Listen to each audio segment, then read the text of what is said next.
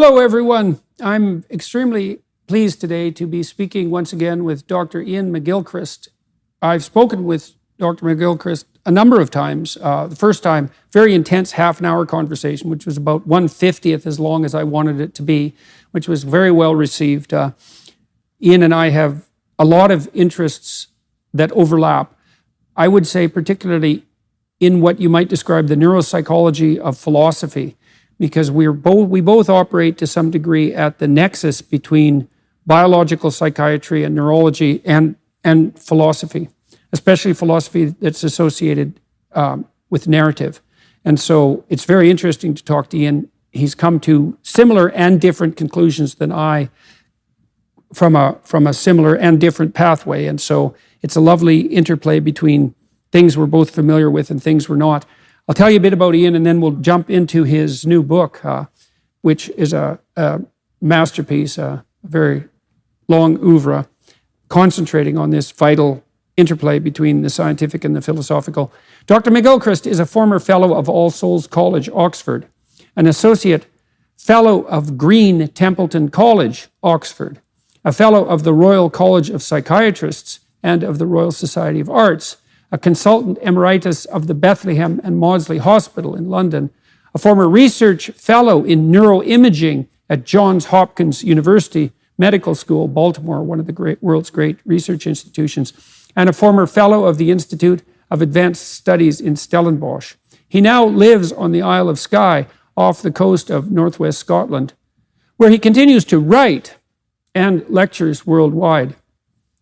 Iain is committed to the idea that the mind and the brain can be understood only by seeing them in the broadest possible context, that of the whole of our physical and spiritual existence, and of the wider human culture in which they arise, the culture which helps to mold and is in turn molded by our minds and brain. He is perhaps most well known publicly for his best-selling book, The Master and His Emissary, 2009, published by Yale University Press, which has sold approaching 200,000 copies worldwide, which is what would you call, all bases loaded home run for an academic book, and it brought him to very wide public attention. So Iain, it's a great see you again. I'm so glad we have a chance to talk. Shall we dive right into the structure and the origin of your new book? Let's do that. It's great to be talking with you again, Jordan.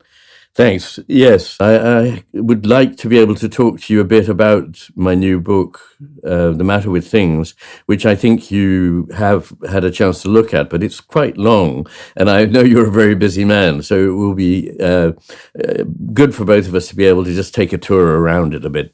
It follows on from the book that you mentioned, The Master and His Emissary, but it takes the philosophical implications of the fact that our brains are divided and that each half of the brain produces a different version of the experiential world. It takes that much further. And it takes it in particular in relation to something that I know concerns both of us, and I imagine concerns many viewers and listeners, which is the devastatingly reduced vision of the world that we now have, this reductive materialist ideology, which is absolutely not compelled on us, as people seem to think, by science or by reason. It's a version of the world which is very much consonant with the view that one of the hemispheres of our brain takes, the left hemisphere. And we shouldn't be paying too much attention to what it has to say, except for the business of getting our daily bread. But actually, in terms of understanding the world, it's the right hemisphere that helps us here. And in what you said in your introduction, you suggested that I think context is very, very important. In fact, context is everything. Context can completely change the meaning of any situation, of any words, or anything that we're trying to put across. And the right hemisphere is able to take in this broader context. Perhaps I'll just say something very brief about that. From an evolutionary point of view, we know that all the brains we've looked at, going way back into prehistory, all seem to have this divided structure. And indeed, the oldest neural network, that of a sea anemone called Nematostella vectensis, 700 million years old, is already asymmetrical, which is a fascinating fact. Why would it be asymmetrical? The world isn't asymmetrical in that way. And it seems that this is because all brains have to do two things at once, each of which could take up the whole attention of the brain. That is basically to focus on a detail so that you can grab it, and at the same time not yourself become prey to someone else who wants to grab you. So there's two kinds of attention that we all need to be able to pay. How we get food. I give the image sometimes of a bird picking up a seed on the background of grit or gravel and being able to get it swiftly, accurately, and before anybody else. But if it's only paying that kind of attention, it will soon become somebody else's lunch while it's getting its own, because it needs to be looking out for everything else that's going on, for predators, for conspecifics, for its kin, for those that it's looking after, and so on. And effectively, this is something that is constant throughout the history of evolution, but has been taken a step further in the human brain. Because we're very good at standing back from the world. Our frontal lobes are highly developed, and they enable us, as you know, to stand back from the world and to be able to see things in a more dispassionate way and to see them with more like a bird's eye view.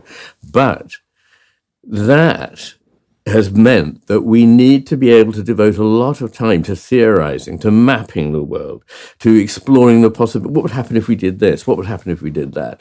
And one crude and simple way of putting it is that the right hemisphere is our anchor in reality. It's actually looking at what we're experiencing right now and enabling us to understand it in all its complexity, whereas the left hemisphere is giving us just a theoretical take on a certain kind of a situation. Mm-hmm.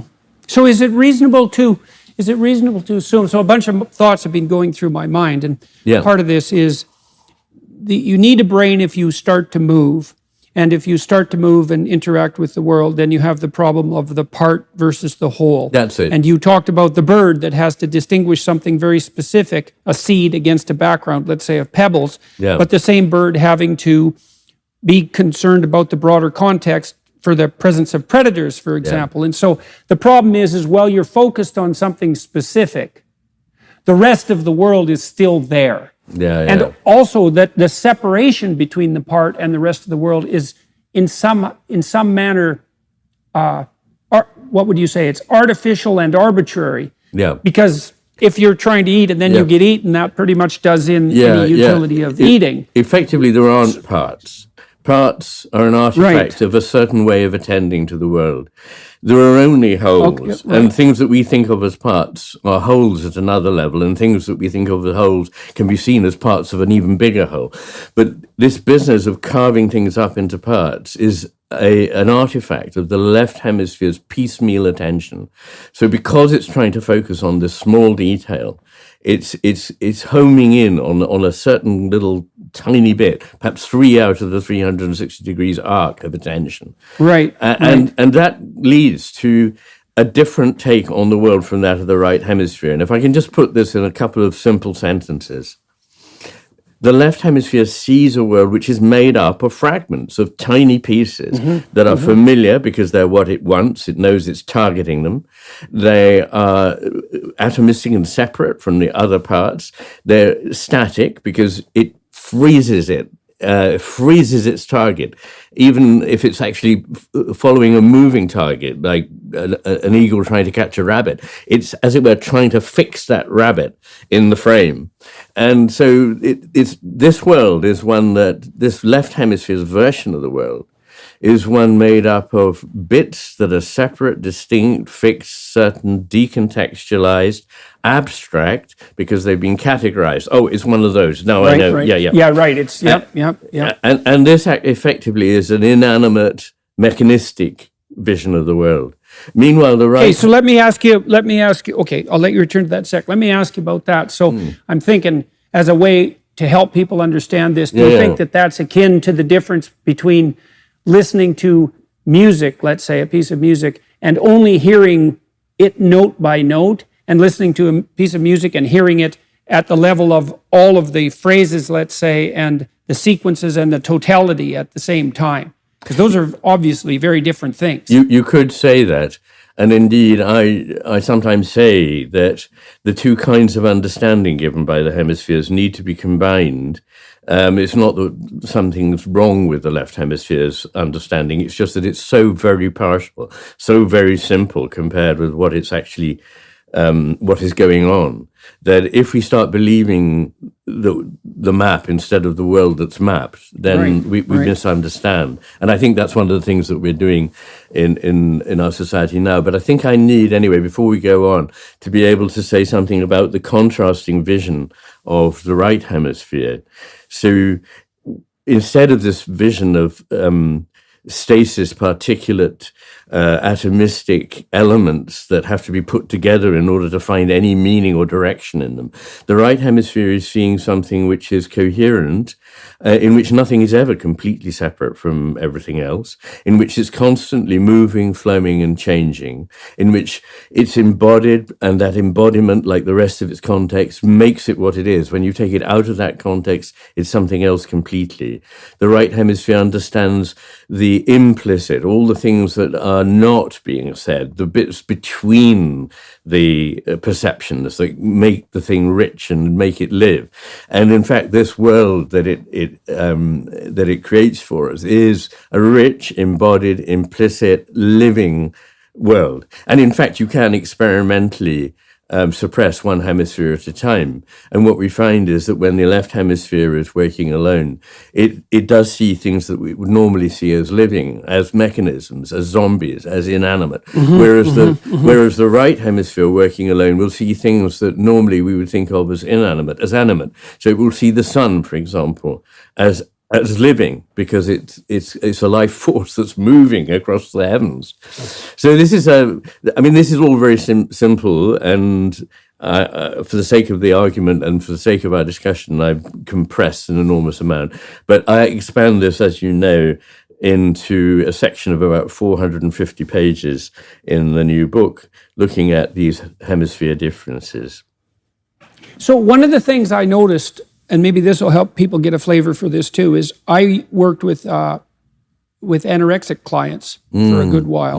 And one of the things I noticed about the anorexics, because they already have a problem of perception, not just conception. Absolutely. It's a body image problem. But if you work with someone who's anorexic, what you soon learn is that they cannot see their body as a whole. No. What they're doing is obsessively, they're very orderly people, and they fixate on parts. And so they'll take a look at their calf, say, and maybe there's some residual calf muscle, and they'll look at the muscle really independently of the rest of the leg, and they'll try to figure out if there's any fat there on the muscle.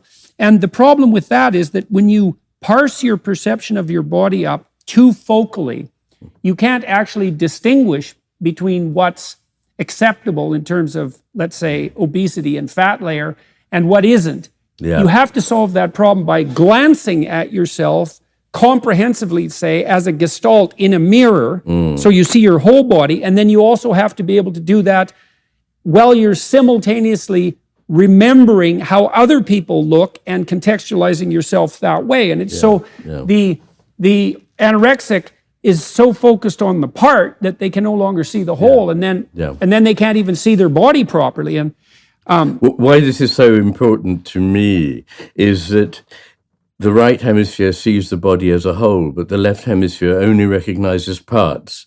It doesn't contain the full body image, that is in the right hemisphere. And there's several lines of evidence that suggests that anorexia nervosa is in fact a right hemisphere deficit condition. It has many of the elements of autism about it, which also simulates a right hemisphere deficit condition in some cases. I mean, I would say that there are autisms rather than one single autism, but that would take us perhaps too far away from where we are at the moment. So that means the body dysmorphias are, at least in part, a substitution of the map for the territory. And I wanted to talk a bit about that left hemisphere idea too, So imagine when you detect something as a part and you've defined it as a part, you've also, in some sense, like I'm looking at a little black box in front of me right now, and I can see it as a single pixel entity in some sense. So it's a black box. So black is a very low resolution idea, and box is a very low resolution idea. And if I really look at the box, I can see all the subtle variations of color, because it's not just pure black, and there's all sorts of shades of gray.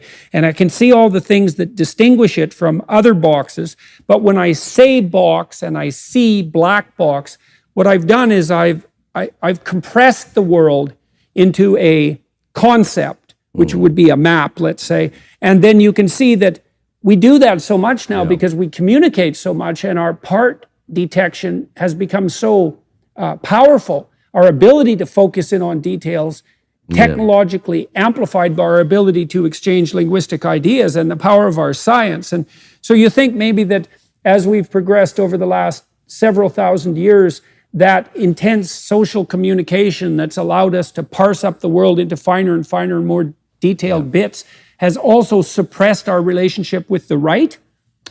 Yes, I think it has. But it would perhaps make a lot of sense if I were able to unpack the structure of my new book a bit, because it will answer some of the points that you're making. So in that the book's divided into 3 parts. And in that first part, I am focusing almost exclusively on neuropsychology and the philosophical implications of it. And what I'm showing is that in all what I call portals, whereby we can gain information about the world, the left hemisphere is inferior to the right. So it's not just attention. I've been focusing on attention because I think it's extraordinarily important. Attention helps us construct the world that we live in. How we attend changes what we find in the world, and also changes us. So it's pretty important stuff. But I'm looking at the attention, perception, which is not the same, of course, as attention, judgment, which is the kind of conclusions we draw from the basis of what we attend to and perceive, our emotional and social intelligence, our cognitive intelligence, good old-fashioned IQ, and creativity. And in all these respects, the left hemisphere is inferior to the right.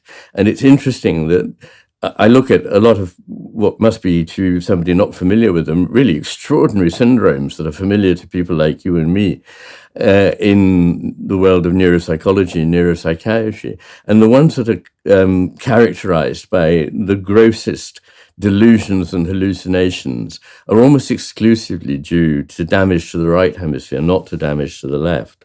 So that is a kind of important place to start, because if we're going to talk about what is the world really like, what are we really like, and you've got 2 versions. In the past, philosophers have said, well, some people see it like this, some people see it like that. And then they shrug their shoulders and go, but these are just 2 different ways of looking. We can now, I think, for the first time, and this is exciting, go further forward and say this has all the hallmarks, the characteristics of the misperceptions, the misconceptions of the left hemisphere. And this, on the other hand, has the hallmarks, the stamp of coming from the right hemisphere, which is more veridical. And so that's one reason that I need to spend some time on that particular aspect in the beginning of the book, because as we go on, and as it were, if you like, pan back a bit from those portals whereby we get information about the world to the paths that we might go down when we're trying to understand the world, like science, reason, intuition, and imagination, we need, first of all, to have established something about the degree to which each of the hemispheres can be taken to be veridical. When I wrote Maps of Meaning, my first book, I structured it in some ways similarly, because the first large chapter is a chapter on neuropsychology and hemispheric function. And I felt, as you feel, that it was necessary to make the case that there are these 2 fundamental differences in perceiving the world before investigating that, both philosophically and, I would say, at the narrative level and also conceptually. Now, let's talk about the last 2 parts of the book, the second 2 sections, and then maybe you could also describe a bit, if you would, why you think the right hemisphere and its concentration on narrative per se, and narrative understanding, is relevant to this venture. So we have the right and the left, and they look at things differently. The right is contextual. You spend the first third of the book talking about hemispheric differences and making a case that, first of all, those are deep and old and profoundly important and philosophically significant. The next part of the book deals with the ways in which we use the information that has come to us through those various portals, those faculties that I've described. And they are effectively science, reason, intuition, and imagination. Science and reason, I don't think many people would quarrel with, because there has been a motivated attack on intuition and imagination in recent years. I think that people do. There are some people who might question the value of those, and I think that's kind of those are those left hemisphere types that you're talking about. Well, of course, yeah. I mean, you and I know that people are not so simple that they can simply be summed up in that way. But it is quite true that a certain way of looking at the world, that of the left, has a kind of cohesion of its own, and the way of looking at the world the right hemisphere has too, and yet they're not quite compatible. So in a world like ours, in which there's a lot of public debate and public discussion as the way in which we come to our understanding of the world, this explicit difference between these two becomes more important. Let me just explain what I mean there. If you look back, most people until the last couple of 100 years have developed an understanding of the world through a consistent, coherent culture, often partly a religious tradition, through living close to nature, through narratives, myths, as you mentioned, through drama, through poetry, and so on. And only part of the way in which they think about the world will be due to public debate. And until the advent of modern media, probably very little of anybody's world was made up by public debate. But in the world where we are in, one of the worst things that can happen is people say you're inconsistent. They feel like if you're inconsistent, that shows you must be wrong. But it might show that actually what you're trying to do is to balance two things that in slightly different ways, in different circumstances, are equally important, but appear to our rather simple-minded way of looking at the world like contradictions. You know, in the last part of the book, I have a whole chapter on the coincidence of opposites.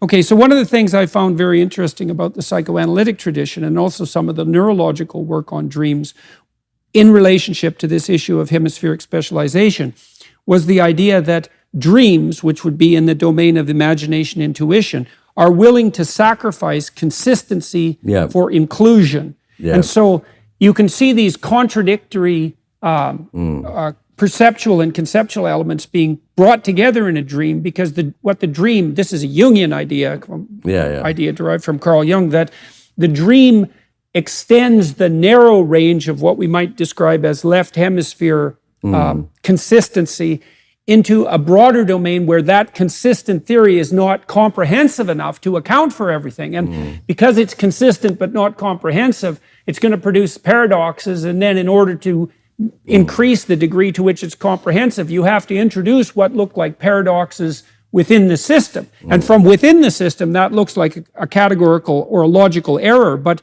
from the broader context, it's actually a movement to a more inclusive and comprehensive way of perceiving the world. And dreams do that. And it's one of the things I loved about the Jungian notion was that we have this delimited domain of explicit propositional knowledge, but partly because of the requirements for consistency and our finite nature, it can't be comprehensive. And so we need something to fill the gap between the consistent and narrow and the ultimately unknown. And that is, in fact, the realm of dream and imagination.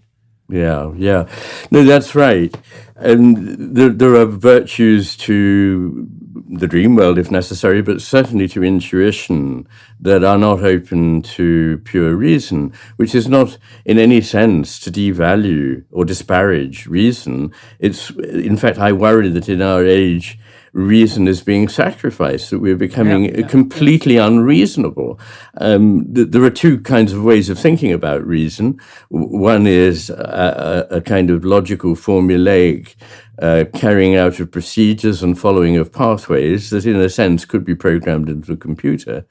And the other is a very powerful idea that has been important in Western history for hundreds of years, which is the idea of being able to bring together what we know from logic with what we understand from experience, from intuition, from context, from our embodied lives. The kind of wisdom that a good judge would be able to bring to a case, not just saying, well, look, I've looked up the rule book and it says in clause 186 or whatever. No, I mean, that judge should be a fully functioning human being.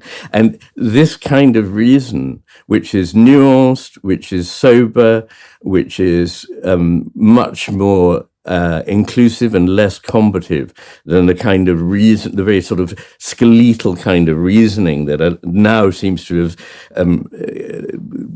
tossed the other kind of reasoning out of the nest. That's the kind that holds sway at the moment. So what I want to you do saw this. Go ahead. What I want to do perhaps I could just explain a little bit about this part of the book. I want to take each of these things. I'm not going to go through what I say, of course, it would take far too long, but just to give people some idea of the structure. So I look at science as having peculiar strengths, which are incredibly important and on which everything that I do and say depends, but it also can't be taken in the way that scientism does, as being able to answer all our questions. That's simplistic and misguided. So it's seeing where it has strengths and where it really needs to say, this is not an area on which science can really pronounce.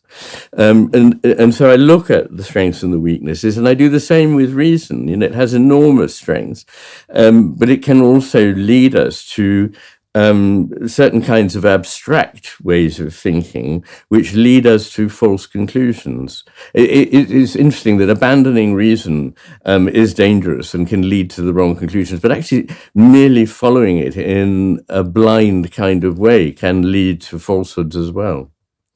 There's a patient of Damasio's called Eliot, who has lost his ability to use intuition and emotion. So he has to reason every single thing out from scratch. In this, he's rather like certain kinds of schizophrenic and autistic subjects, which have no conception of the intuitive and have to base everything on reasoning from first principles. And of course, what it means is that they're often deluded and their lives are intolerable.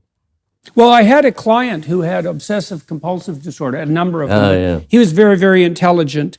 And obsessive compulsive disorder shares some features with anorexia. And part of it is this focus on the part to the exclusion of the whole. And he would ask me very complicated questions, which were deceptively simple. So he said, for example, lots of people with OCD, they won't touch something that's contaminated because then they feel that they're contaminated and that they contaminate others. And so that's a big part of the moral quandary that besets people with OCD, because there is some possibility that if you go out into the world, you'll contact a disease, let's say, if you touch something you shouldn't. And then there is some possibility that you'll bring that back, say, and transmit that to your children.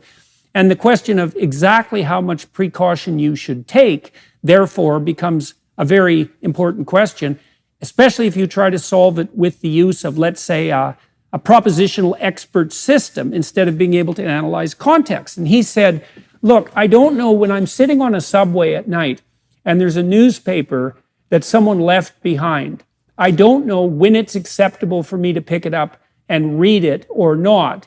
How do you decide that? Mm-hmm. And I thought, I actually have no idea how I decide that, because I was trying to figure out how to guide him with a set of principles. And so it's like, well, do I touch it if it's a little damp? Do I touch it if it has a footprint on it? Do I touch it if it's folded too many times? Do I touch it if it's on the floor? Do I touch it if it's more than 2 days old? And the answer is, I have no idea how I know whether or not that newspaper or magazine that's been sitting there and abandoned by someone is an object that I would be willing to pick up. But I can more or less tell at a glance. No, it's a misconception that when we make things explicit, we're closer to the truth. Because often what we do when we make things explicit is that we conflate half a dozen or more different considerations that our intuitive and unconscious minds are able to weigh remarkably effectively. We substitute for that holistic vision a single thing that it collapses into the explicit statement that we make. And so all the time that you're having to make explicit what you would do under what circumstances and why, you're limiting the world. You're driving it down and down to less and less meaning. And one of the things that amused me, because I had, of course, patients with OCD as well, was that I had one particular one who was a philosopher, and he said that when he was studying Anglo-American analytic philosophy, his OCD got terrifically bad. But when he was studying phenomenological philosophy, his OCD relaxed, and he was able to see things in a much broader, wider, and more sustainable and coherent way. So I thought that was a nice sidelight on this question of the OCD. Well, also one relevant for treatment considerations, because if there are focal disorders of narrowed perception, and that's a consequence of loss of context. I mean, I can't also help seeing the recent arguments, let's say, that are raging about gender identity in exactly the same light, is that we've lost the context, and so we're producing these focal dysphorias because in a real sense, we're using the wrong part of our brain to solve the problem. And all the public clamor about that is actually making it worse, not better. Okay, so you talked about the second part of your book, about rationality and imagination and intuition and science. And what about the third part? Well, yes, just before going there, if I may, I just want to comment on intuition and imagination, because I think they are extraordinarily important for understanding the world. And partly due to Dan Kahneman's very entertaining and successful books, a lot of people have come away with the idea that intuition would be a very bad thing to be guided by at any stage to any degree. But I say that these clever scenarios that are set up by psychologists in which you can show that what you would probably intuitively think is wrong are simply the equivalents of optical illusions. There are optical illusions to that. That are so striking that, you know, I say, look, those two lines are the same length. And people say, they can't be, but they are. So, but I've never heard anybody after being shown one of those optical illusions going, oh, well, that does it. You know, from now on, I'm never going to use my eyes again. But our intuition, you know, you can set up these artificial situations in which we seem to be getting things wrong by following our intuitions. That's often because 99% of the time we followed this intuition, it would intelligently and quickly take us to the right solution.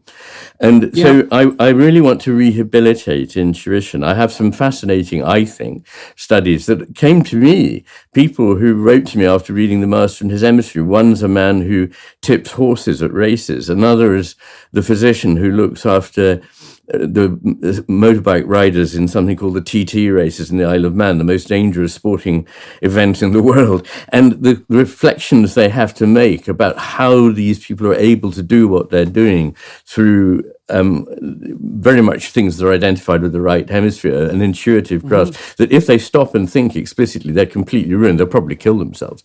So well, it's like thinking implicitly or explicitly when you're trying to play a piece on the piano. Oh, absolutely.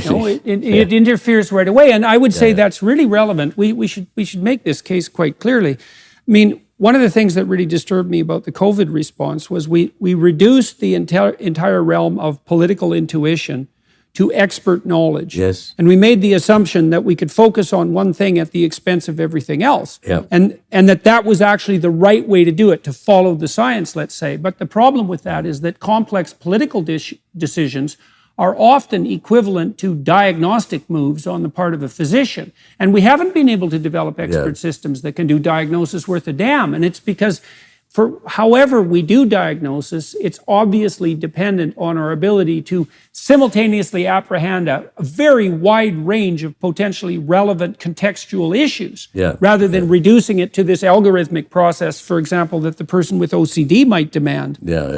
Well, I do discuss medical diagnostics in the book because, interestingly, in Thinking Fast, Thinking Slow, there's a passage where Dan Kahneman says some things that struck me as very odd about physicians' inability to be consistent in their diagnoses.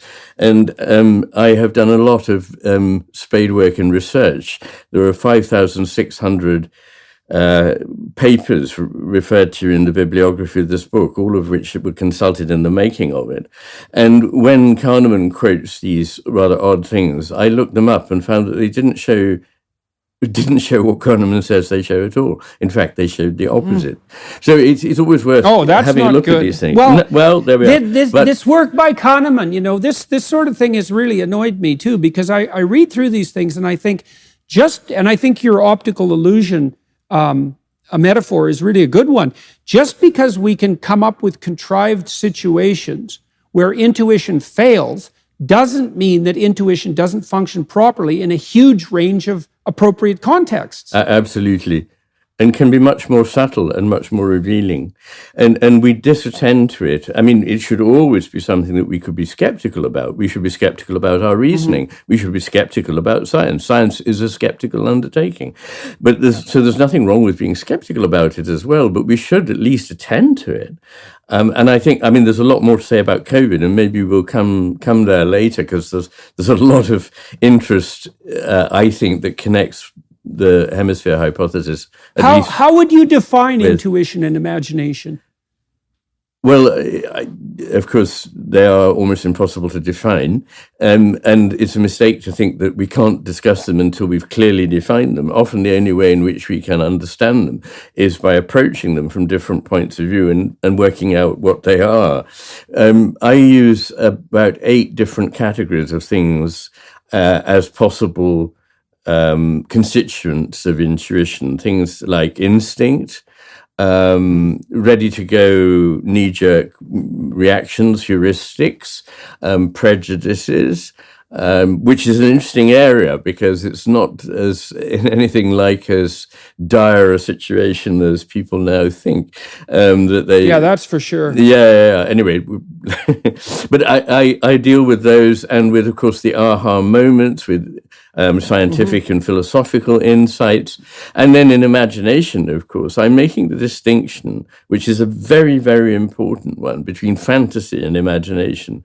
This originates with Wordsworth and Coleridge, and no doubt probably with Schelling. But the distinction is fantasy is something that covers up reality and takes one away from it. But imagination is one's only chance of feeling one's way into reality. So the distinction that they were keen to make was between the sort of prettifying Augustan pastoral in which lords and ladies dressed up as shepherds and shepherdesses, that's fantasy, and imagination, which was this divine gift, as both Wordsworth and Coleridge very clearly saw it, which enabled one, by paying a certain kind of attention, to have insight into the deep life of the world, of obviously the living world, of other creatures, but also of mountains, of rivers, streams, lakes, and so forth, to see them in a new way and actually experience them as real, rather than just categorical examples in the way the left hemisphere sees them. So in any case, all I'm really saying is that I rehabilitate intuition and imagination somewhat, but show their limitations, and I hope wave a flag for better science and better reason. There's nothing at all wrong with science and reason in themselves. The problem nowadays is that science is not scientific enough, and our reasoning is not reasonable enough. That the science, I think the point there is that it has dogmas. Science has, at the moment, a number of dogmas. We're due a paradigm shift.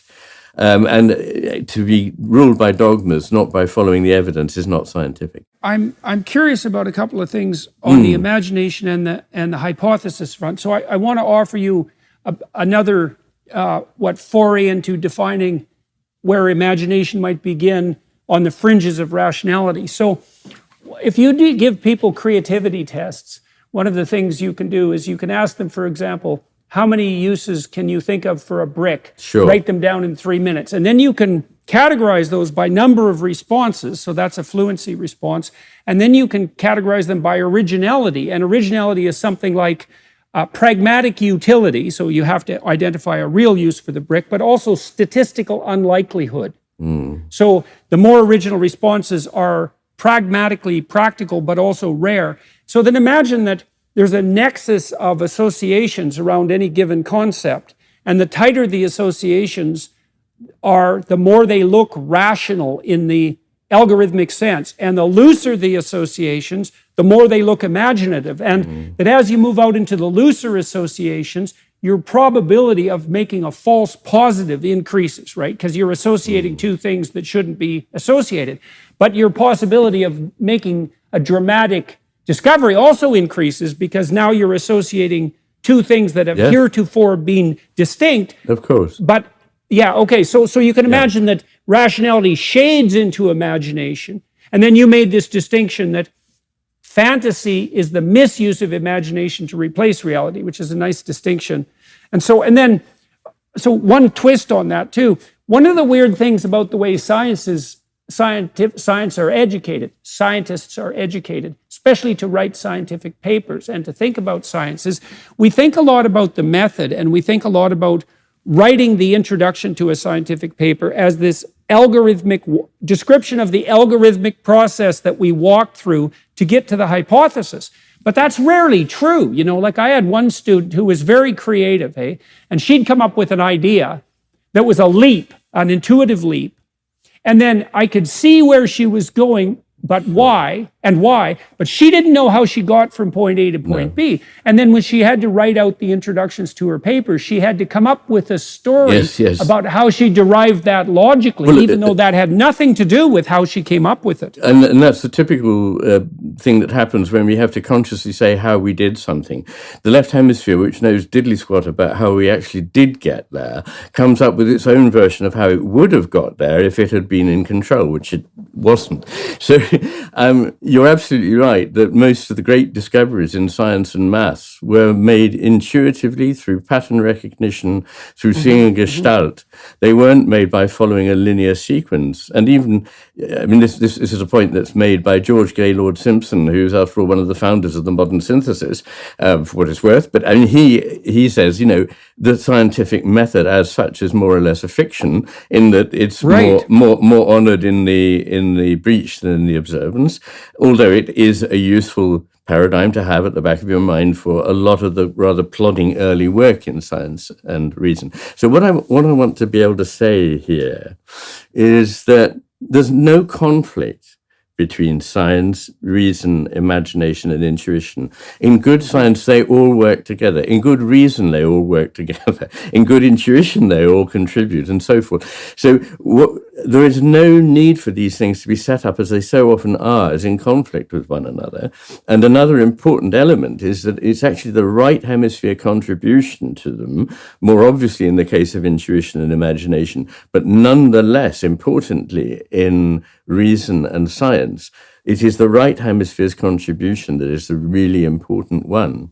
Well, I was just thinking about Einstein in light of our conversation. When Einstein published those three remarkable papers back, I believe it was in the 1920s, he had spent a tremendous amount of time in the world of the imagination, imagining, for example, what it would be like to travel at the speed of light. And we could also point out, I think as well, that the imagination differs from the propositional in that it actually does rely on images more. And images are closer to the world in some sense than linguistic concepts. And so the imagination tends to be less linguistic and reductive and abstracted than the purely linguistic. And so it's richer, but not as precise. No, absolutely. And in the book, I look at so many examples of how this is true, that what we need is this broader combination of intuitive work and more routine humdrum work.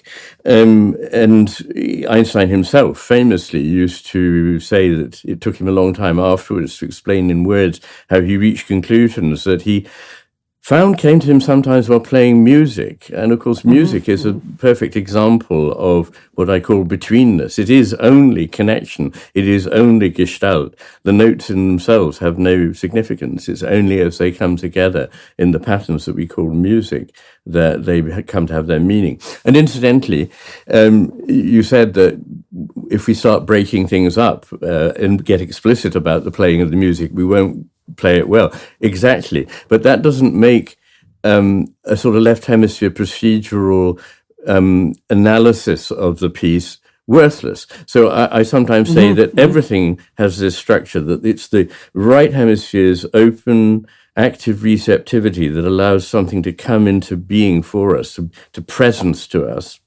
And that then it goes to the left hemisphere, where it's seen as, oh yes, it's one of those, we put it in one of those categories, and it's abstracted, taken out of context, and so on. And then that work having been done, it should be taken back into the right hemisphere, where a new, richer whole can be created. Now, that's perfectly imaged in a piece of music. You're attracted to it as a whole, the right hemisphere phase. You then start to play it and discover that you have to practice over and over again a certain piece of fingering because it's difficult. You look at the harmonic structure of the piece, and that helps you understand it. But then finally, when you go out on stage and play it, you must forget all of that. Otherwise, you won't be able to play a note. But that doesn't mean that time was wasted. The left hemisphere's contribution is very important, but the point is it's always the intermediary stage. It shouldn't be the final stage, but in our culture, we take things apart, analyze them, fragment them, and that we have like a heap of bits on the garage floor where there used to be a motorbike, and we go, oh, I've no idea what all this stuff means. That's where we end the story. And of course, a motorbike is a bad example of what we're talking about, because I'm talking about organisms which are nothing at all like machines. But anyway, you wanted me to move on to talk about the third part, and so that we can cover a little bit of that. And then we'll go back to the first and start walking through it again. Exactly. So go on to the third part. Yeah, well, the third part is, so the second part is epistemology. That's what I've just described. And the third part is metaphysics. So when we've decided that we know how to weigh the different paths and the different portals to an understanding of the world, what do we actually find there? And in the first two chapters of part 3, the final part of the book, I look at two elements. One is, as I say, the conjunction of opposites, which is so important, and it's something we've completely lost sight of. And by the way, of course, Jung was cognizant of. But we often think nowadays that we think in a very linear left hemisphere way, that opposites are the two ends of a pole. And as long as you keep moving further and further in a certain direction, you get further and further away from the thing that you feared. But often we come back and find ourselves actually approaching the very thing we feared, because, famously, too much desire for freedom causes tyranny. And, so these, just for one example, but so I look at that, and there's a lot to say about that, but I shan't say it now.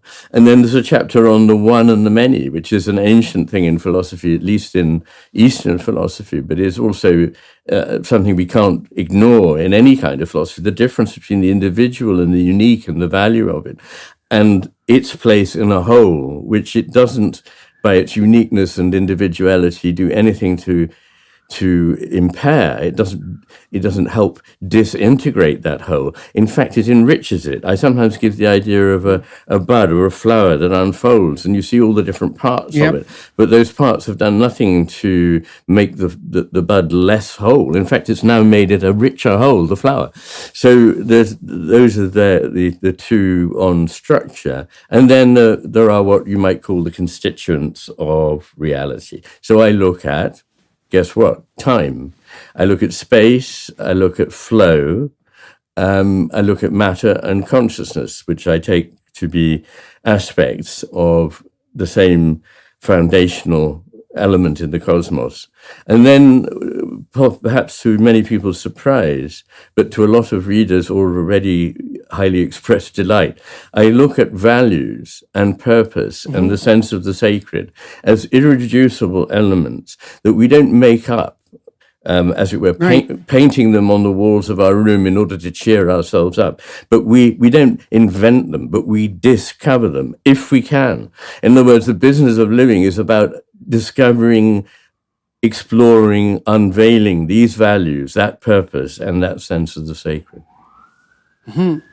So this is one of the arguments that I've been having with people like Richard Dawkins, for example. And sometimes when the religious types take Richard Dawkins on, they accept some of his a priori presuppositions, and that scuttles them from the beginning. And one of the presuppositions, and this allows the scientism types to win in religious arguments all the time, is that they basically make the presumption that a religious system is a set of science-like propositions about the world and its description, when in fact the religious enterprise, much more broadly construed, involves no shortage of experiences like awe, which are, awe involves piloerection, and piloerection is a response that's 60 million years old.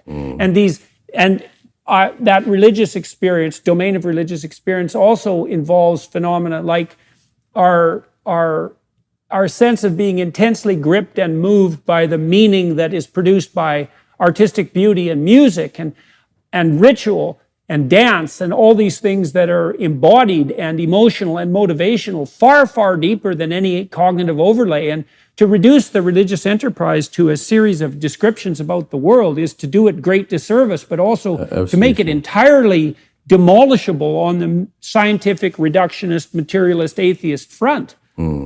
Yes, you're so right about the importance of awe and wonder.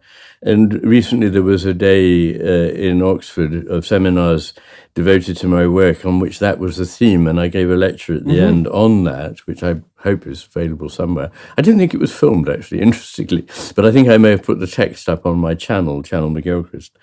But it is a very, very important element, and of course it's quite different from sheer curiosity. We don't say, I'm curious to know what God is like. We don't say, I'm curious to know what the meaning of life is. Things that strike us as marvelous or inspiring or wonderful have a great depth, and once we lose that sense, we collapse them into the little bit of the world that is illuminated in the dark when we flash our torch around a lumber room and we see little bits and pieces. But actually, if you didn't do that, but allowed your eyes to adapt, you'd see that there was a rich sky, a universe, a cosmos beyond. So all of that is extraordinarily important. You're quite right about, it seems that scientists don't seem to understand different kinds of knowledge or meaning. They don't imagine that somehow King Lear would be less important as a play if one could demonstrate, as indeed one can, that if there was indeed a historic Lear, King Lear, the story of that king was completely different from one told by Shakespeare. Shakespeare's play has more truth in it than many a book of genetics, but it's just of a different kind of truth. The best lecture on evolutionary biology, the differences in men and women in evolutionary biology, the best lecture I ever saw was Wagner's Die Meistersinger, which nailed it. The libretto nails the difference between men and women in the psychological, sociological, and theological sense almost perfectly. And Wagner went places that the evolutionary biologists haven't yet gone, as far as I can tell. I'm writing about that in my new book. That sounds very interesting. There is this. Well, I want to ask you something. You said something very deep, in a very truncated manner that I wanted to return to. And I saw some of this emerging in the parts of your book that I was reading most recently.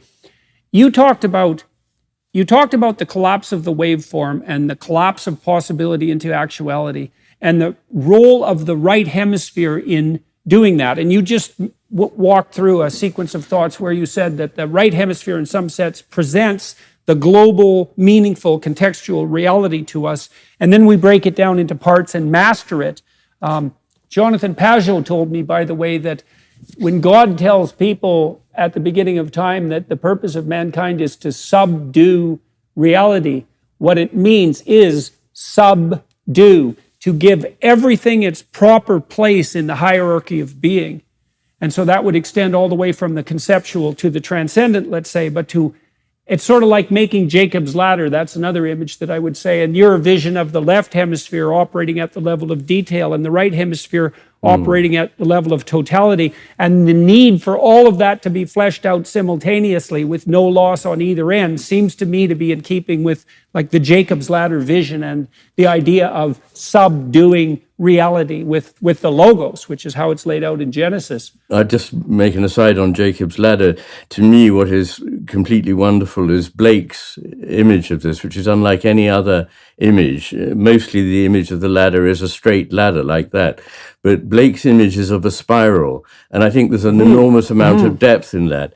The idea that as you go up, and approach nearer to heaven, your process is not just simply linear, but also in a way circular, but not in such a way that you come back to, as Eliot said, the place where you first started and know it for the first time. But you actually come back to a position which is similar to where you were, but now on a higher plane. And you can look down and see where you were before, and you can relate these two things. So you can see both the progress and the return in one. But anyway, what I wanted to distinguish was I do talk about the collapse of the wave function and quantum field theory, but what I don't think I do say, at least explicitly, because I don't know enough to be able to state that, is that collapse is caused by the right hemisphere. I don't know that at all. I mean, what we know is that somehow it's connected with attention, and there's plenty in the physicists suggesting that, and particularly in Pauli's work, that the quality of the attention paid may change how that process is carried out and what results from it. But I mean, that is speculative. Well, that's worth wandering down for a second or two. It's definitely the case, if you think about imagination and intuition, that imagine that in some sense you lay out or you ask for a revelation of a vision of the world that could be to guide you. And let's say that you would like to bring a better world into being. And you make that part of your meditative practice and part of your ethical goal, and it's true in a fundamental sense. And then what that means is that as a consequence of that practice, your attention is going to be paid to those pathways and phenomena that make the bringing of a better world into being a more real possibility. And we certainly do believe that we can dream and then achieve, and we do believe that we can't even achieve without dreaming. And so obviously there's some relationship between our ability to intuit and imagine and the manifestation of the reality that we experience itself.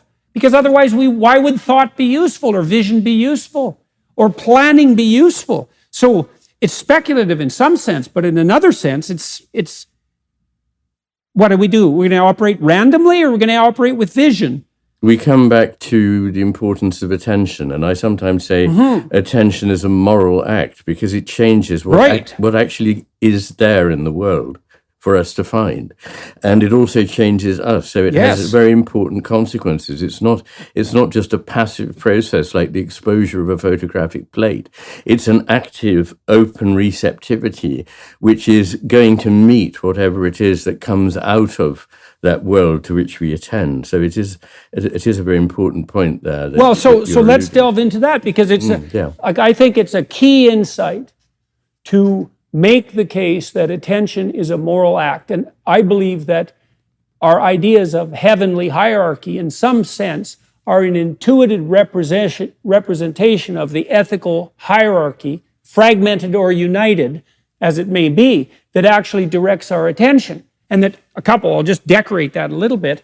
If it's not united, then it's fragmentary, and that causes anxiety.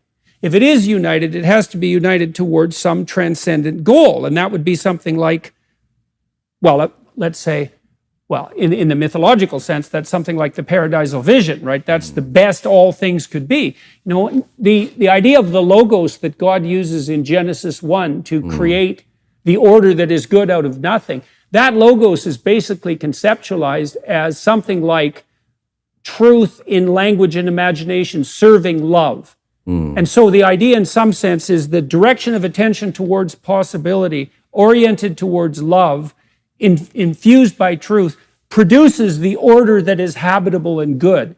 And that idea is, and that's the image of God in man and woman. And God stresses that repeatedly in Genesis, right? That he has this intent that's logos guided. And every day of creation, which is the interaction of potential to bring in new order, is then deemed as good.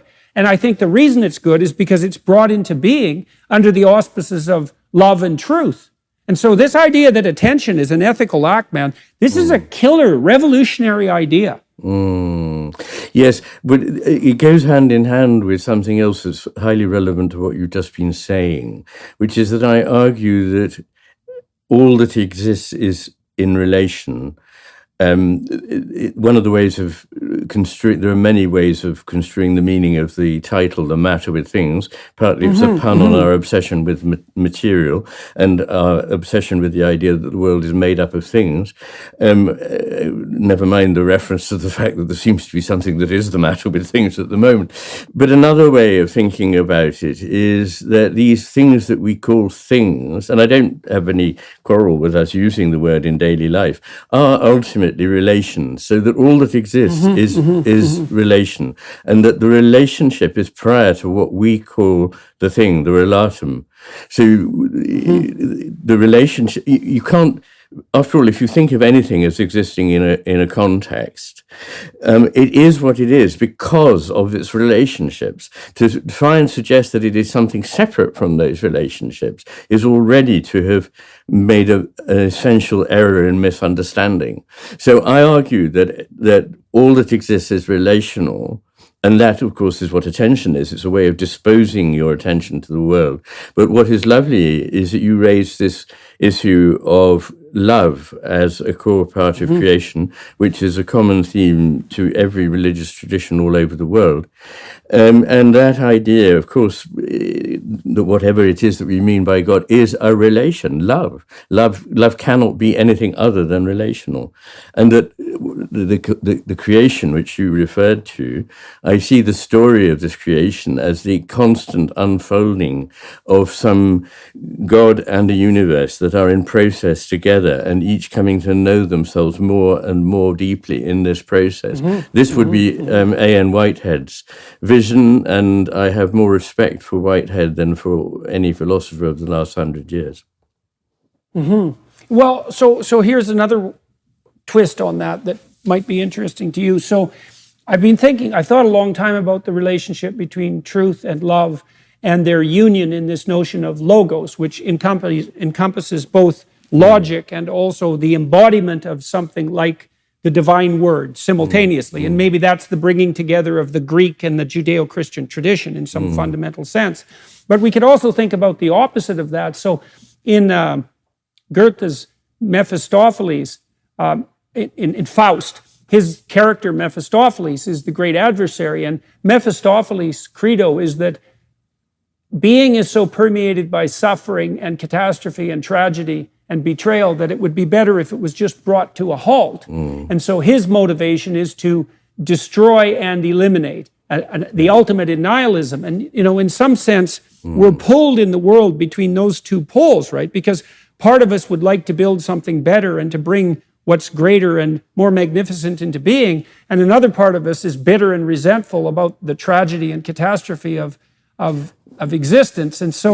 And I do believe that those fundamental poles, that's Cain and Abel in some sense, they war for domination of our attentional resources, and a part of what religious practice is to fortify your capacity to operate on the side of life more abundant and truth in its service, and to move away from that nihilism that's terror-based and a consequence of, what would you say, bitterly apprehending existential catastrophe. And that this notion of that religious war that's part and parcel of that battle, it is a battle for the domination of attentional resources, because that is key to what brings reality into being out of the realm of possibility. Yes, one way of thinking about the problem you illuminated by referring to Mephistopheles in Faust is that what Mephistopheles doesn't understand is that you cannot have a thing without its opposite. And so there's this left hemisphere fantasy that we can create a world in which all is simply peace and joy, and there is no suffering involved.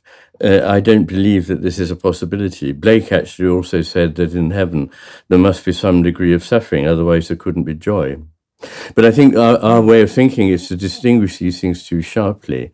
And I'm surprised in a way. I know why you've concentrated on the word logos, because it is that Greek word in the New Testament. But going back in history, the Greeks thought that there were two ways in which one could approach truth.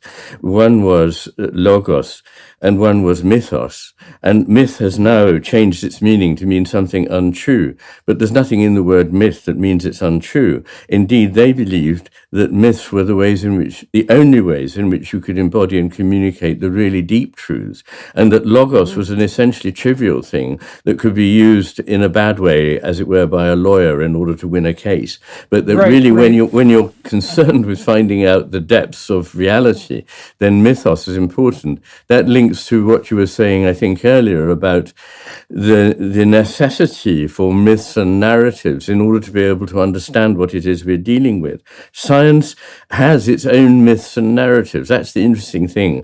A lot of scientists think that there are no myths and narratives in science. But if you think that there isn't one, you have espoused the myth and the narrative of a science that always makes progress, and in which there is a mechanism involved that all can be reduced ultimately to the idea of the machine. That is the model that is espoused by those people who think there is no model in science. Right. Well, one of the things that really struck me about Dawkins when I went to talk to him is that despite his atheism, so here's two things that are crucial as far as I'm concerned. Dawkins and scientists like him believe in the transcendent object. So they believe that there's an ontology outside of the domain of epistemology, unlike the postmodernists. And it isn't obvious to me at all that we can maintain our belief in the transcendent object without maintaining our belief in the transcendent. And he didn't see that, or doesn't see that, as an axiomatic, faith-based presupposition of the scientific endeavor per se. And then Dawkins, who I believe is an admirable man and a genuine seeker after truth, because he is a credible scientist, and you can't be that without that. Dawkins always accepts axiomatically, before setting foot in the scientific ring, let's say, that the truth will set you free.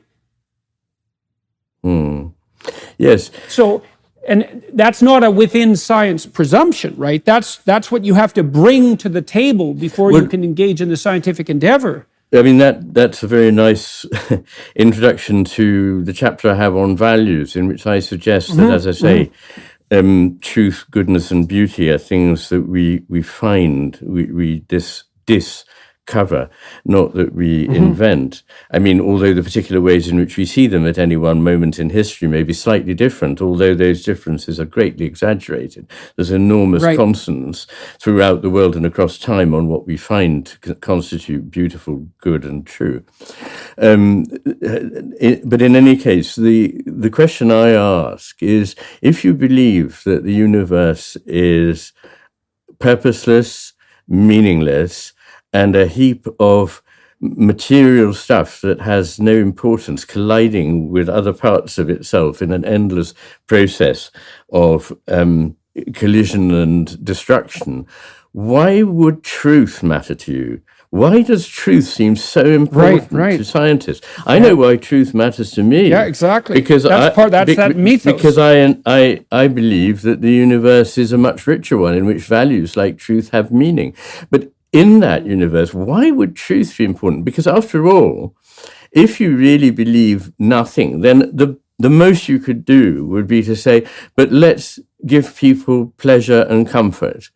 But why would a scientist set out to destroy the pleasure and comfort that somebody might find in their religious belief because they believed it wasn't true? The very fact that they elevate truth like that seems to me to suggest that they have, ipso facto, a belief in a kind of transcendent set of values.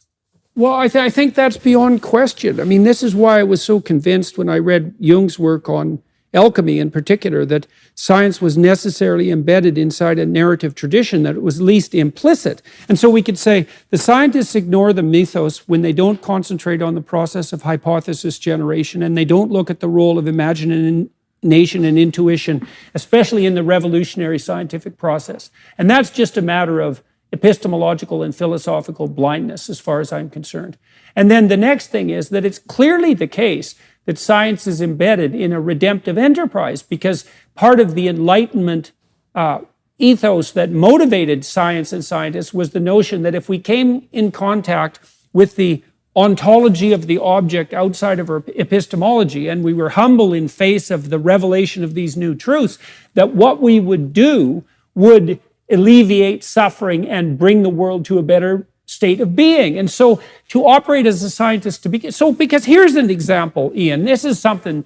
So I read this book a while back, KGB agent wrote about some of the experiments the Soviets were doing on the biological warfare front. And they were trying to hybridize smallpox and Ebola and then aerosolize it to produce a super bug that could be distributed in cities that would be extraordinarily contagious and extraordinarily fatal. And so here's the question. If you're a scientist, why isn't that as good a pursuit as any other? Because it's just a factual matter, right? It's just a clockwork mystery in some sense. Why not see how smallpox and Ebola go together? And you might say, well, it's preposterous to even question that, but it's not. No, I can imagine an atheistic scientist saying, but there's nothing about being an atheistic scientist that means that I shouldn't be kind and I shouldn't care about other human beings. And therefore, it would be quite wrong for me to do this dastardly thing. Yeah, but that's the issue is, well, there's a wrong there. Okay, where does that come from exactly? And I don't see that it can be derived except from this superordinate mythos that we've been describing. Well, I think it's better based in a much bigger, broader vision. I agree, but I still think that it's a perfectly sensible remark, and I think that Dawkins would probably say something like this. I mustn't put words in his mouth, but that, just because I don't believe in a divine realm doesn't mean that I don't have moral values. I think it would be wrong to suggest that. I mean, it would be a basic error to suggest that atheists are somehow therefore immoral. Oh, well, I definitely don't want to make the case that atheists are as a class, any necessarily more immoral than any other class of people. No. I'm just pointing out, and maybe I will push you here a little bit. The thing is, even if it is kindness, and I'm perfectly willing to assume that it might be kindness and that will get you somewhere, that kindness itself is outside the scientific domain, because we could talk about kindness in terms of kinship, and we could talk about it in terms of relation and biological, reciprocity. But it's in the ethical domain, specifically speaking, and not in this reductive scientific domain. Well, that's right. But I mean, the very fact that you talk in terms of biology and kinship and thriving and so on, it would be meat and drink to the kind of atheistic scientists that I'm talking about. I don't think it would be illogical for them to say, but, that's perfectly encompassable in my way of thinking. I don't think, though, that they can understand. I don't think that with that world picture, you can understand why there is goodness at all. And I don't think you can understand why there is beauty. Interestingly, scientists think beauty's a tougher one for sure. It's a really, really interesting one, because scientists think they've answered the question of beauty. It's to do with mate selection and so forth. But Darwin himself twice points out that given the existence of beauty, it can be used by evolution in certain ways, but it doesn't explain what beauty is or how it ever came into being in the first place. He said, why do certain colors, certain forms, so on, actually attract and have this beauty for animals, birds, and of course for ourselves as humans? And there are many things. Well, and it's that cross-species similarity that's so interesting. Butterflies apparently can detect a 1 part in a million deviation from symmetry on the part of potential mating partners. And fair enough, but that doesn't explain why we think butterflies are beautiful, because we clearly do. I'm glad I'm not mating with a butterfly. I know, one part in a million, man. That's pretty. But I mean, it's obvious that butterflies have high standards. I mean, just They look have at very them. high standards. But of course, what's interesting is that humans don't necessarily find symmetry more attractive. There are studies that show that, in fact, human beings find faces that are symmetrical spooky, mechanistic. And you know that they actually find an asymmetry in the face or in the form more attractive. So anyway, So an optimal asymmetry. there is an optimal asymmetry. Right, And I often say that we don't want just symmetry or asymmetry, but we want the asymmetry of symmetry with asymmetry. Right. Rather, as I say, the left hemisphere wants either or. It wants things black and white. The right hemisphere is able to see that they can be both and. And I don't think we should dismiss what the left hemisphere has to offer. So we need not either or both and, but both either or and both and. Well, you see that with music, you know. I mean, you want a certain degree of algorithmic predictability in any musical piece. Yes. But if it devolves into algorithmic predictability, it just sounds like a drum machine. Absolutely. And the whole business of So- vibrato, which is responsible for so much of the meaning in music, which is often so fine that it can hardly be specifically detected consciously, but it gives the life to the piece. And when you hear it played by a machine, it suddenly seems completely dead. Right, and you see that difference too in the difference between analog and digital musical instruments, because with an analog instrument, you can capitalize on its imperfection in an unbelievably interesting way. You can really make an analog instrument like a piano sing. Yeah. And it's really hard to do that with a digital instrument. And that is, I mean, digital instruments have their advantages, but they don't sing like analog instruments do. No, I've never tried playing a digital instrument, but what you say suggests a likelihood that that's exactly right. Well, you lose the context with a digital instrument to some degree, because if you're playing a piano and you hit the hammers, the whole thing, the whole piano and the whole room starts to vibrate. Yes. And you can play with all that if you listen to it. And you really can't get to do that with a digital instrument, which, like I said, has their utility. So tell me more about your fascination with beauty, because I'll just do a little intro to that. One of the things that really propelled me down the route of the investigation that ran on similar tracks as yours was my realization when I was in my mid-20s that music had an intrinsic meaning and depth that was neither reducible to propositions nor could be destroyed by propositional objection. Absolutely. You know, so you might say, well, the world is not meaningful. It's like, okay, what about music? Oh yeah, music is meaningful. Well, why? Well, I don't know. Can you criticize it? Well, I can, but it doesn't have any effect on the meaning of the music. And so the meaning of the music, which is part of its beauty, clearly, and that spiraling you talked about, Bach did that perfectly with the Brandenburg concertos, eh? That continual Jacob's ladder spiraling that goes upward and upward, but in some sense returns to the same place. It's a brilliant example of that. But so tell me what gripped you about beauty philosophically and why you decided to focus on that in relation to values. Well, I'm afraid I'm rather comprehensive in this book, which is why it's so long. So I do look at the various, at least the three most important values to me, which are goodness, truth, and beauty. And whatever Keats, who was a very fine poet, may have said about this, truth and beauty can't simply be equated. We wouldn't have two different words. And I'm afraid that sometimes beauty can be other than good and other than true. However, that's not to say that it always is. Often it is a pathway to something both truthful and very good. What you say about music is important, because it suggests, you know, a note has no meaning whatever. Put several 100,000 together and you've got Bach's St. Matthew Passion. How does that happen? It's entirely to do with the relationships between the notes, which make the harmony, make the melody, and make the ictus of the whole thing. So that's a very important part. And as you say, it can't be reduced to reason.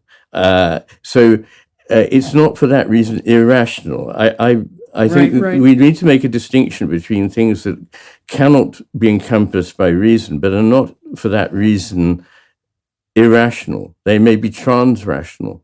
Or epiphenomenal. You know, people like Pinker, one of the things I take issue with Pinker, and those cognitive scientist types often is that they attempt to reduce the realm of the cultural, including the realm of beautiful, to like a cognitive spandrel, right? Yeah. They're side effects of our cognitive ability. And that seems to me to be putting the cart before the horse. Because Oh, absolutely. beauty I think somewhere Pinker says that music is a useless exaptation of speech. Right, exactly. And he compares it kind of the other way around, actually. Compares it to pornography and cheesecake. But anyway, we don't need to waste time on that. Why do I find beauty so very compelling? Partly because of the part it's played in my life since my teens, the extraordinary power for me of poetry and art and music, to which I've more or less devoted a large part of my life. I mean, in a very, I'm not making a big claim, I'm not a creator, but I mean, they have guided my life. And they've also guided me towards the sense of the sacred. I think that if you listen to certain kinds of music, it's rather inane to say, to reduce it to, well, it's attractive in certain ways. It is, but there's a certain kind of music, and I think particularly of the 100 years of the great polyphony of people like Palestrina, Victoria, Bird, Tallis, Lassus, that simply cries out for another category to be brought to bear on it, namely that of the soul or the spirit. But it's greatly exaggerated that it's somehow a cultural artifact. So, for example, we know that Norwegians who know nothing about the structure of Indian music, nonetheless, can say what the meaning of certain passages in a raga, what that meaning is, and it will cohere with what an Indian intended by playing that piece. And, it's very obvious that we find Oriental art staggeringly beautiful. Our museums are full of it. And our museums are also full of people from the Far East coming to visit them. They don't think that somehow it's ugly because it's not part of their tradition. One of the most moving things that I've seen, I just want to say this because I hope that some viewers will look it up. There's a piece on the internet of an Amazonian tribesman being shown a film by a French film crew of snapshots, as it were, or little short clips illustrating our way of life. And they express horror at what we do to trees, what we do to animals, what we do to our elderly, how we have no respect for the sacred in the cosmos, all these things. And then there is this absolutely electrifying moment when they play Maria Callas singing Casta Diva from Bellini's Norma. And suddenly they all fall silent, and something that has never happened before happens. One of the young men stands up and moves towards the camera and says, "This is not our culture, but we feel there is something very special and beautiful in it." And then an old man says, "To me, it is overwhelming. I feel that it is divine or sacred." So I think that is quite extraordinary, and it gives the lie to the idea that these things are simply made up any old how by a culture. Well, the other thing too, Iain, like we can afford to be dead serious about such things as scientists. If you look at the way the brain processes language, it's obviously the case that the musical element is not simply a secondary spandrel of cognitive Absolutely development. not. Because we know perfectly well that when you and I are talking and when everyone is listening, a huge part of the emotional information that we're conveying and the motivational excitement, for example, we know perfectly well that that's carried by the melody of our speech. Yes. And we know that music might be an elaboration of the melodic element of speech, but that doesn't mean that music is reducible to speech. Like I would say, if you were looking at this from the perspective of a hard-headed biologist, you would say what Nietzsche said, which was that language emerged from music, not the other way around. And that makes a lot more sense from an evolutionary perspective because animals use sound, not language, to communicate, and the linguistic came out of the musical. And so it's clearly not a secondary phenomenon. It's way deeper. And that intuition of meaning, that one of the things that I want to tell you about my theory of music just for a second. I think you might like it. So what I realized about music was that it it consists of patterns. And well, that's not a brilliant observation, but then it consists of these interleaved patterns that are stacked on top of one each other that work in a harmonious manner, all simultaneously. And you can walk through a complex piece of music, listening to one musical instrument or another, participating in that Gestalt pattern. And I thought, well, why is that meaningful? Why is that? And then people think, well, music isn't representational. And then I thought, wait a second, that's wrong. Music is the most representational art form because the world isn't made out of objects. It's made out of patterns. And what music calls us to do is to attend to the harmonious interplay of the patterns of being and to bring ourselves into alignment with that. And there is no higher call than that. And the reason that music is meaningful is because that meaning really exists. That is what we need to do, is to align ourselves harmoniously with the plethora of the patterns of being that exist at multiple levels. And so it is a call to proper action in the world, and that is meaningful. Yes, I wouldn't disagree. I mean, except perhaps to say I prefer the concept of it allowing something to presence rather than a representation. You say music is representational. I know what you mean, in that it acts on our bodies in a metaphorical way, that rising and falling phrases affect our blood pressure, our muscular, the tension in our skeletal muscles, our blood pressure, our pulse. They make, as you say, our hair stand on end, bring tears to our eyes. It's a very physical thing. And so in that sense, it's very active on us through what I would call bringing into presence something rather than actually just representing it.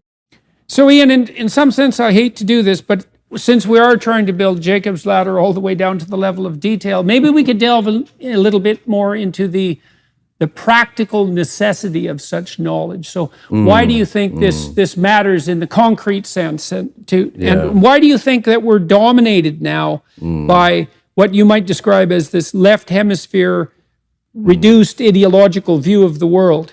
Yes, I may well have compiled one of the most comprehensive analyses of hemisphere differences in the 450 pages of the first part of this book, but it's not just of technical interest. It seems to me to be part of a very important overall philosophical project. As I explained, we don't know how to evaluate different things. I have a whole chapter on paradoxes, by the way, in which one can see that one arm of a paradox comes from the left hemisphere and one from the right hemisphere. And guess what? The one that comes from the right hemisphere actually describes what we know to be real. Anyway, to pan back a bit, I feel that there is something. I think we all know that there's something amiss with the vision we have of the world at the moment, and that's the other meaning of the title, The Matter with Things. And the subtitle is Our Brains, Our Delusions, and the Unmaking of the World. And I think we're unmaking the world in several respects. One is very familiar, which is the despoliation, destruction, desecration of the natural world, of forests, of seas, and so forth, and the consequences that will have for us. But another is a complete misunderstanding of the human being, who is now seen as a kind of a machine, perhaps even not a very efficient machine. Perhaps it would be better if we were hybridized with a machine. All of this speaks to me of something that is profoundly missing the meaning of a human being and a human life. And we seem to have lost our compass. We seem to have lost all bearings.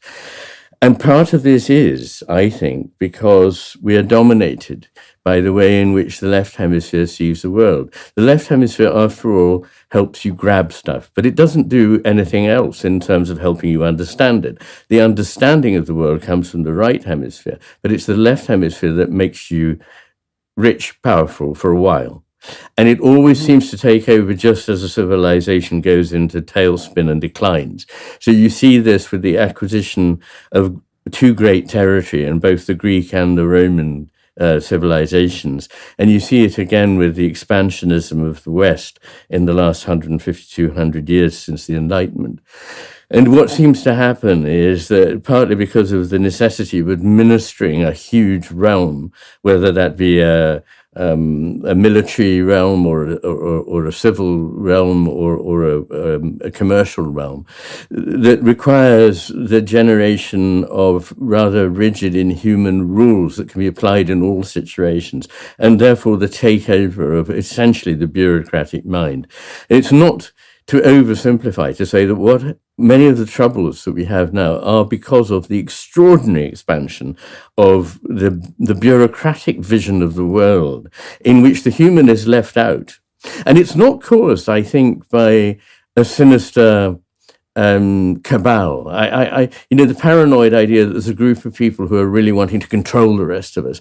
I mean, I can't rule it out, but I think much more likely, from my experience in life, I believe that there are more cock-ups than there are conspiracies. Yes, and that yes. And that in this particular case, it's something that is bigger than all of us, including those members of government, administrative bodies, bureaucracies, themselves. They are the victims of this same thing. Well, you're talking about it as a neurological proclivity in some sense, which is way deeper and more profound than any mere manifestation. Let me ask you a mythological question. Okay. So I've been spending a lot of time trying to unpack the story of the Tower of Babel. And so what happens after the catastrophe of Cain and Abel in Genesis is you get two negative outcomes, let's say sinful existence, and one would be the chaotic flood that envelops Noah, and the other and so that's like the catastrophe of the natural world gone.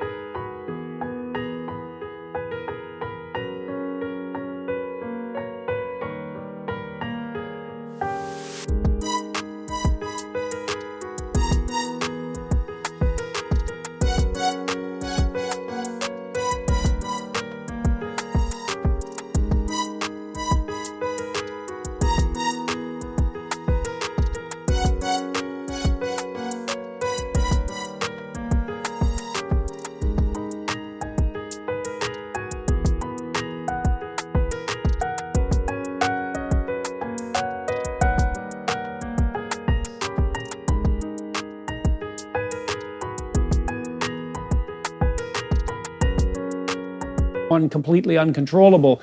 The next is the catastrophe of the bureaucratic state. And so the Tower of Babel is an attempt to replace the heavenly hierarchy by a human creation. And the consequence of that is the destruction of the ability to communicate. And so what happens is that fundamental perceptual categories, perceptual and linguistic categories become, what would you say, they become unstable as this top-heavy administrative process develops, and it is an element of Luciferian presumption. It's the attempt to replace the context by the part. I think it is, and it's interesting that even Adorno back in the 40s was describing what he saw then as the administered world, die verwaltete Welt, he said, which is, and I don't want anyone to think that I'm just talking about bureaucracy, but bureaucracy as an image of a whole way of thinking, which is the mechanistic one, the reductionist one, the one that the algorithmic one that there are rules and so on. And what this does is it privileges the theory over the reality. Yeah, well, that's what the postmodernists do non-stop, has fallen, as has been pointed out, experience has fallen in value, and instead theories about how life should be have become the reality. And this is something that you notice in bureaucracies, that actually having ticked the box is more important than the event in the real world, which that was supposed to, to evaluate. So, for example, in medicine, it's quite possible to do extremely good medicine, but if it's not catalogued in a certain way and certain boxes weren't ticked, it doesn't count and it didn't happen. So, and I do think it is important, as you point out, it's extremely important to note that this is a deeper problem than merely that which is manifested by any of its manifestations. Exactly. Right? We don't want to blame the bureaucrats, and the notion that there's an evil cabal. Well, there is the World Economic Forum, and they might count, but fundamentally, we're looking at something that's much more profound, and it is something like, I do think it's something that's represented in Christianity, for example, as the Luciferian presumptions of the untrammeled intellect. And it is associated with this idea of left hemisphere domination. It's hyper-systematization at the cost of the whole.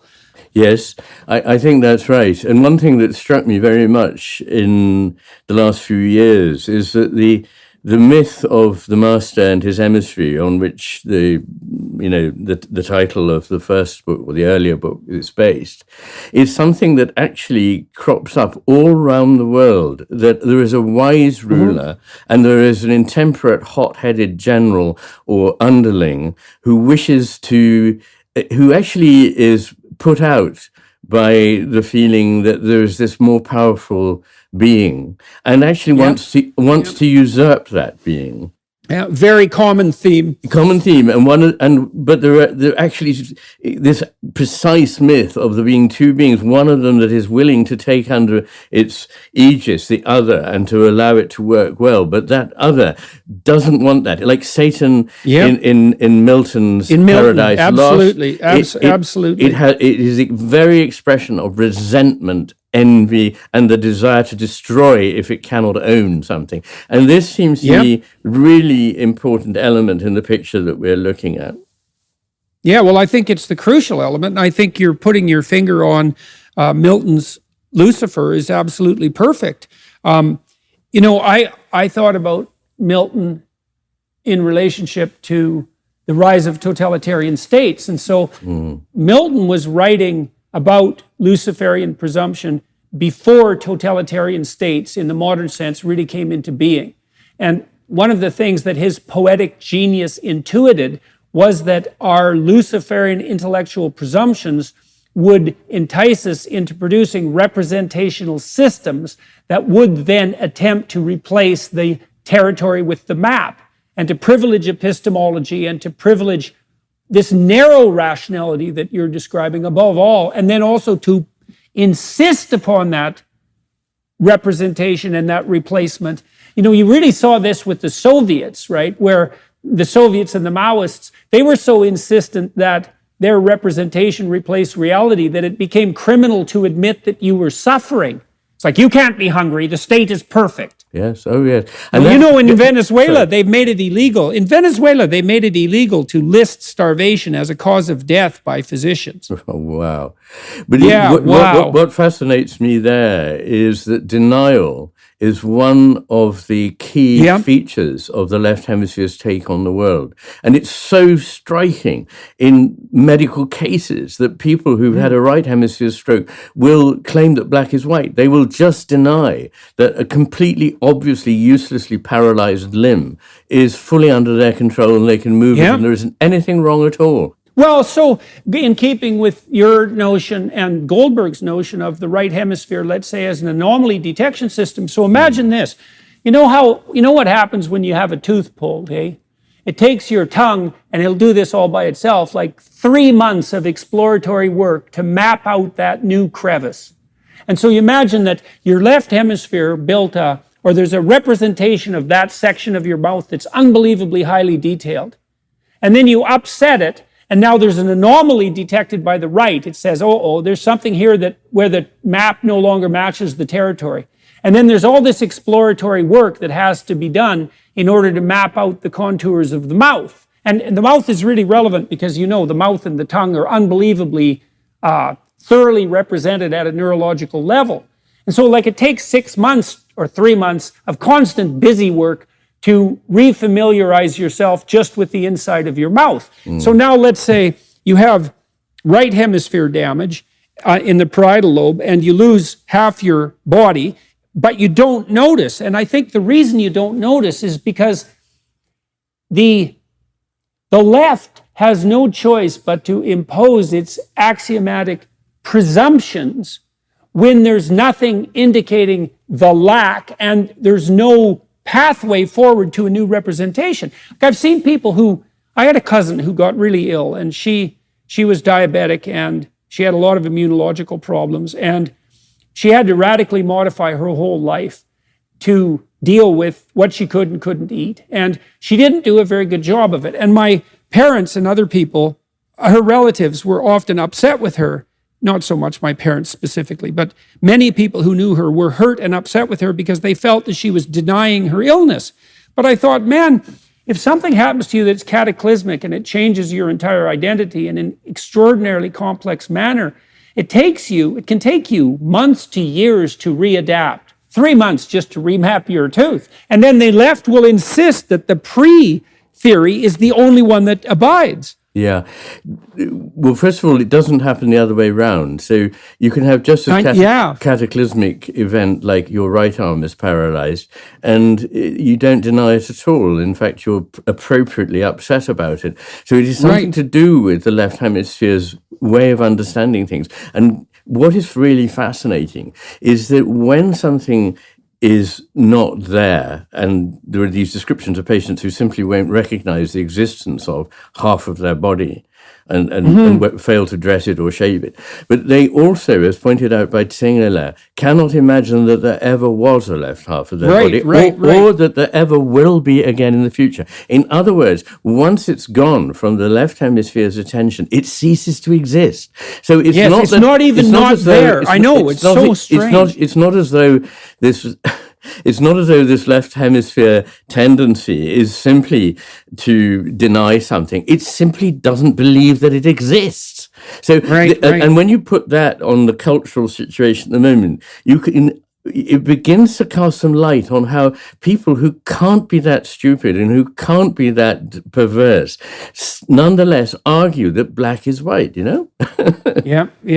Well, I tried to think about the phenomenology of neglect a lot, you know, because it is such a weird thing that people even lose the notion that what is absent.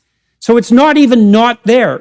It's a category we can't even comprehend. But imagine, so you look straight ahead, and you move your hands to the side like this. And what happens is, when your hands are in front of your eyes, they're pretty high resolution. And then when you move them this way, they get lower and lower resolution. And then they get black and white out here, although you can't tell that, but scientific investigations have shown that. And then about here, they just cease to exist. And so I'm kind of wondering if that sense of neglect phenomenologically is akin to having that which is in our visual field behind us now moved 3/4 of the way around instead of halfway around. I'm not sure I'd say that. Okay. I think there's a distinction between not being able to see something but knowing that it's there. And the right hemisphere doesn't engage in this kind of denial at all. It's perfectly aware that it can't see something But the left hemisphere, if it isn't in the map, as it were, then it doesn't exist. It's not on the map, so it can't be real. And that's deconstructionism in a nutshell, right? Is this privileging of epistemology. It's imaged throughout various movements in the history of ideas in our lifetime, and is getting more and more extreme, so that people's theory about what the world should be like is now the only reality. And if things don't conform to it, it's because some terrible people have been deliberately trying to frustrate it. Right. Well, so do you have some sense sociologically why this has intensified as of late? Like, is it a necessary consequence of our scientific and technical?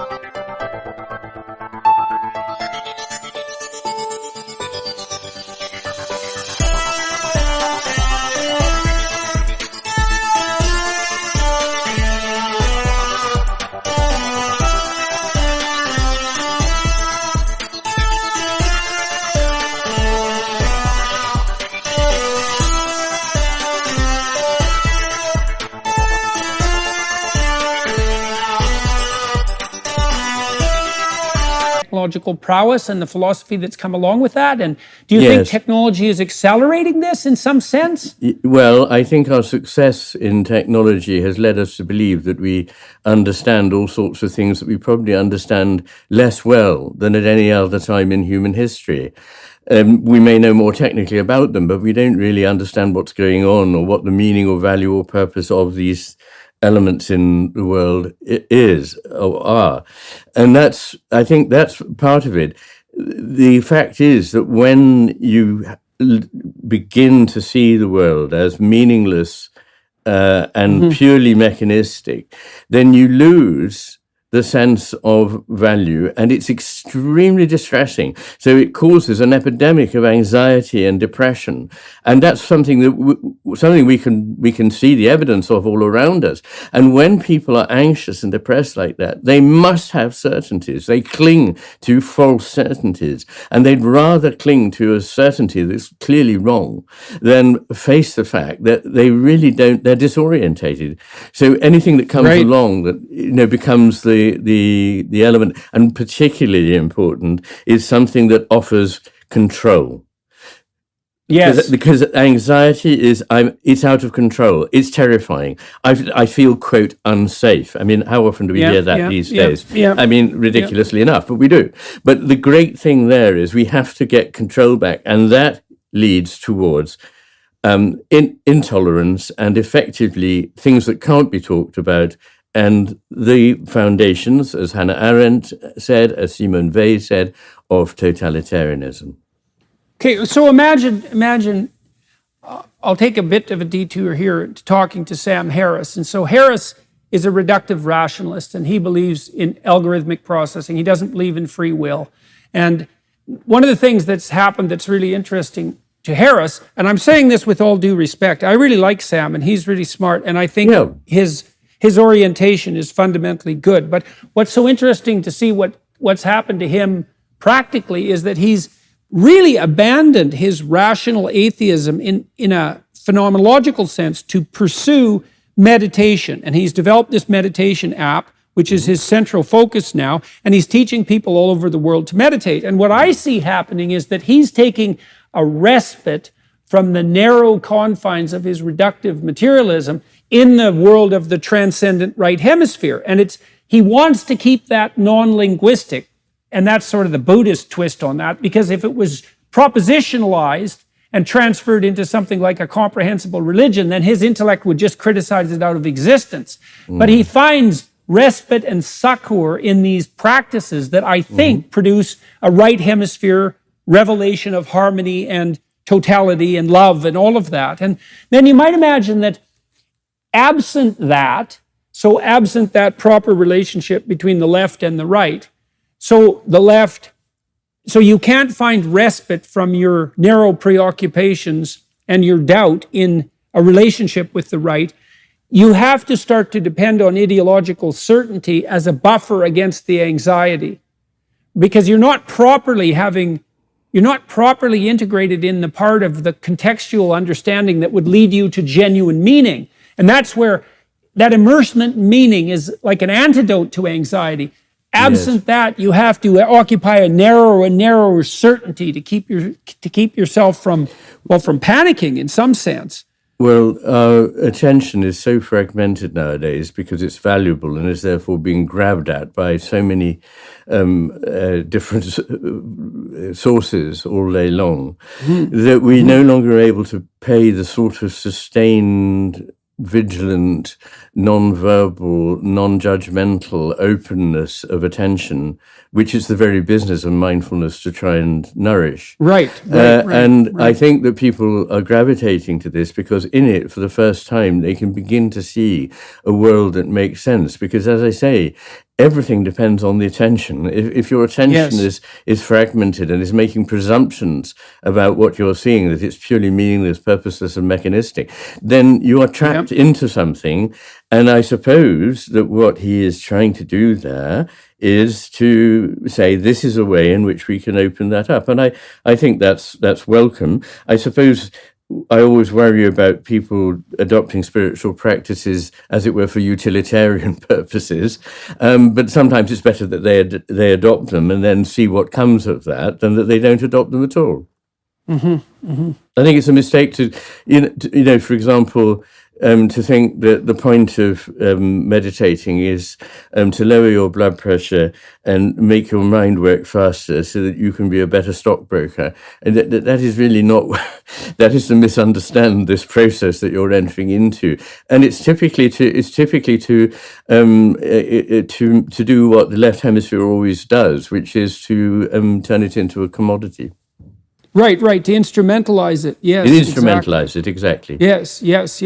Well, a lot of these bureaucratic enterprises and ideological enterprises are also characterized by the instrumentalization of everything. And the problem with that, in some sense, is that instrumentalization, which would be a left hemisphere function, is extremely useful if you have a narrow, goal-directed necessity in mind and you need to undertake it efficiently and in a short period of time. Yeah. But if the question of, well, what's all this for in the broader sense comes up, then that kind of attention interferes with the apprehension that would allow you to conceive of the broader context. And I think there's a couple of things that are really key in importance in what we've been discussing that people should perhaps contemplate in a deep sense. And one is your insistence, which dovetails, I would say, with my insistence, that there isn't, in some sense, anything more important than trying to understand the processes by which attention is directed. There's something absolute, the Egyptian god Horus, that eye that everyone knows, the falcon that was Horus, that is that attentional capacity that you described. And they worship that as the redemptive God himself, like the eye of Horus. Horus was the god who redeemed the dead state and who fought off Seth. And Seth eventually turns into Satan, by the way, via the Coptics. But Seth is exactly that force that always threatens the bureaucratic state. It's the usurping force. And so the Egyptians knew in their mythos that the attentive eye, the eye of the falcon, right, and that's the bird's eye view, was the antidote to the totalitarian proclivity. And the Mesopotamians knew this too, because their god Marduk, who was the top god and also the model for the proper emperor, had eyes all the way around his head. And they knew that it wasn't intellect that was the antidote to the totalitarian state, not this narrow left hemisphere intellect, let's say. It was the capacity for attention that we seem to be focusing on when discussing right hemisphere function. There's a couple of ways in which one can see the eye of Horus, and one is in the benign way that you do, and the other is as the sort of somewhat predatory, all-seeing eye, the disembodied eye. And one day I want to write about this, because it's something, an enormous number of Egyptian symbols, including the disembodied eye, come up in the artwork of patients with schizophrenia who don't know anything about Egyptology. I would love to talk about that. One day I'm going to write a book about that. Well, the Egyptians, good, that's something else we can talk about. The Egyptians knew this too, because for them, the optimal pharaoh, so the principle of sovereignty, wasn't the eye of Horus. It was the eye of Horus having revitalized Osiris, who was the spirit of the state. And so Horus gives one of his eyes to Osiris. Osiris is his dead father. So their union, so they knew it's a very complex thing, and it is. Yeah.